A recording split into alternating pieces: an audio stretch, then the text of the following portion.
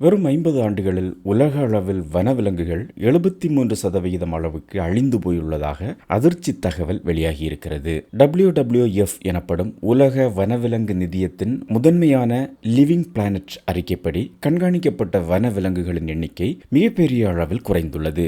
இதில் Latin America மற்றும் Caribbean பகுதியில் 95% வனவிலங்குகளின் எண்ணிக்கை குறைந்துள்ளது. ஆப்பிரிக்காவில் 76% வனவிலங்குகளின் எண்ணிக்கை குறைந்துள்ளது.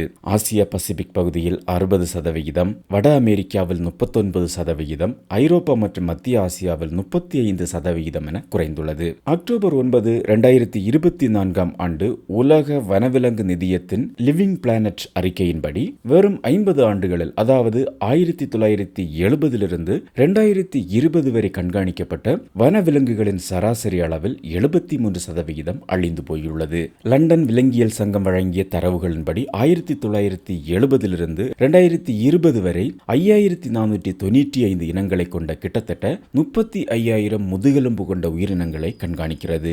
இதில் நன்னீர் உயிரினங்களில் 85% குறைந்துள்ளது. நிலப்பரப்பில் வாழ்பவை 69% குறைந்துள்ளது. கடலில் வாழ்பவையில் 56% குறைந்துள்ளது. வாழ்விடங்கள் அழிந்து போவது, விலங்குகள் வாழும் இடங்களை ஆக்கிரமிப்பது, அதிகப்படியான இடங்களை அழித்து விவசாயம் செய்வது போன்றவை உலகெங்கிலும் உள்ள வன விலங்குகளின் எண்ணிக்கை குறைந்து போவதற்கு காரணம். குறிப்பிட்ட இனங்களின் எண்ணிக்கை அதிகரிப்பது, நோய்கள் மற்றும் காலநிலை மாற்றம் ஆகியவையும் காரணங்களாக உள்ளன. வனவிலங்குகளின் எண்ணிக்கை குறைந்து போவது நமது சுற்றுச்சூழலின் ஆரோக்கியத்தையும் மீள்தன்மையையும் எதிர்மறையாக பாதிக்கிறது. இதனால் இயற்கை பேரழிவு ஏற்படும் அபாயம் அதிகரிக்கிறது. வட அமெரிக்க பைன் காடுகளின் அழிவு, அமேசான் மழைக்காடுகளின் அழிவு மற்றும் பவளப்பாறைகள் பெருமளவில் அழிந்து வருவது போன்ற இயற்கை அழிப்புகள் மிகப்பெரிய பிரச்சனைகளை ஏற்படுத்தும். 1990 மற்றும் 2018 இடையில் ஆஸ்திரேலியாவின் கிரேட் பேரியர் ரீஃபில் உள்ள மில்மேன் தீவில் கூடுகட்டும் பெண் ஹாக்ஸ்பில் ஆமைகளின் எண்ணிக்கையில் 57% குறைந்துள்ளது.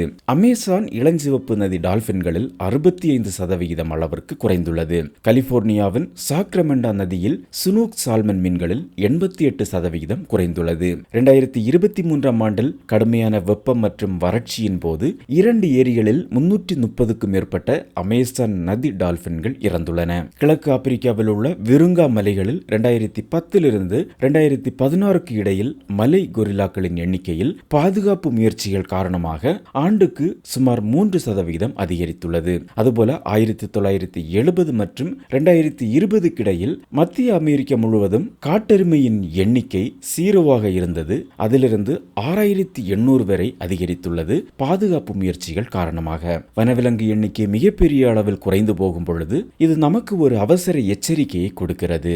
இது இயற்கை அழிந்து மீள்தன்மை குறைவாக மாறி வருவதை குறிக்கின்றது. இது காலநிலை மாற்றத்தில் மிகவும் பாதிக்கப்படக்கூடியது, ஆபத்தான மற்றும் மீள முடியாத இடத்தில் உள்ளது. இது உலகெங்கிலும் பல இடங்களில் நிகழும் பொழுது அது நாம் சுவாசிக்கும் காற்று, நாம் குடிக்கும் தண்ணீர் மற்றும் நாம் உண்ணும் உணவை மாசுபடுத்துகிறது.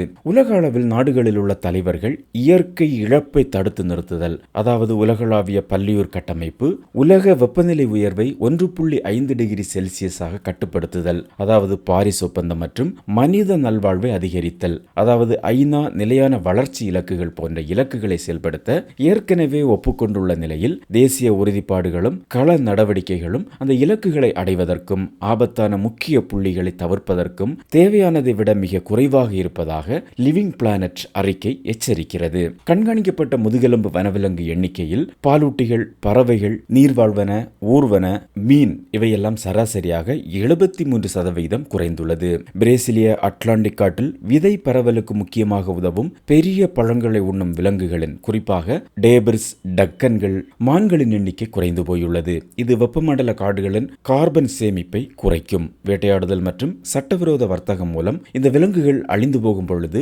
இனி பெரிய கடினமான மரங்களின் விதைகளை காடுகளில் சிதறடிக்க முடியாது. இதனால் பெரிய மரங்கள் வளர முடியாமல் சிறிய மரங்கள் மட்டுமே காடுகளில் இருப்பதால் குறைவான கார்பனை சேமிப்பதன் மூலம் காலநிலை மாற்றத்தை அதிகரிக்கின்றன.